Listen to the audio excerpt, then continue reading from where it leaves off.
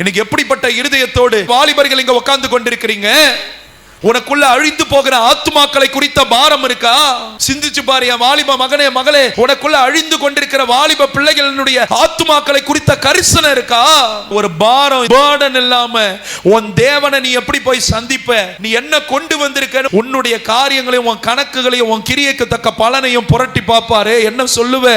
ஆண்டவரே, சபையில ரெண்டங்கம் பண்ணதுல நான் ஒன்னா நம்பரு, சபைக்கு வந்தவனே டாவடிச்சு லவ் பண்ணி இழுத்துக்கின்னு ஓடுறதுல ஒன்னா நம்பரு, சபைக்குள்ள உட்காந்துக்கினே செக்ஸ்டிங் பண்ணி வாட்ஸ்அப்ல செக்ஸ் சாட் பண்ணிக்கினே நல்லா வீடியோ கால் பேசிக்கினே பல்லிழிச்சிக்கினே இருந்தல ஒன்னா நம்பர்னு சொல்ல போறியா? கர்த்தருடைய இருதயம் பீறப்பட்ட இருதயமா, ரத்தம் சொட்ட சொட்ட இதுக்கு மேலையும் சிந்த ரத்தம் இல்லைன்னு ரத்தமும் நீரும் புறப்பட்டது என்கிற வார்த்தையின்படி அவ்வளவு கனத்த இருதயத்தோடு கர்த்தர் உன்னை நோக்கி கையேந்தி கொண்டிருக்கிறார். இன்னைக்கு உலகத்து வாலிப பசங்களை பார்த்தா பயமா இல்லம்மா, சபைக்குள்ள இருக்கிற வாலிபனையும் வாலிப மகளையும் பார்த்தா தான் பயமா இருக்கு. ஆண்டவர்கிட்ட இருந்த கொஞ்ச நஞ்சம் மிஞ்சி இருந்த வஸ்திரத்தையும் உறிஞ்சிக்கிட்டு விடுற நிர்வாணப்படுத்துகிற துஷ்ட கூட்டம் இன்னைக்கு வாலிபம் இருக்கிறான். நீ என்ன பண்ண போற மக? உன் வேத புத்தகத்தையே அனுதினமும் திறந்து நீ அவருடைய முகத்தை தரிசிக்க முடியல.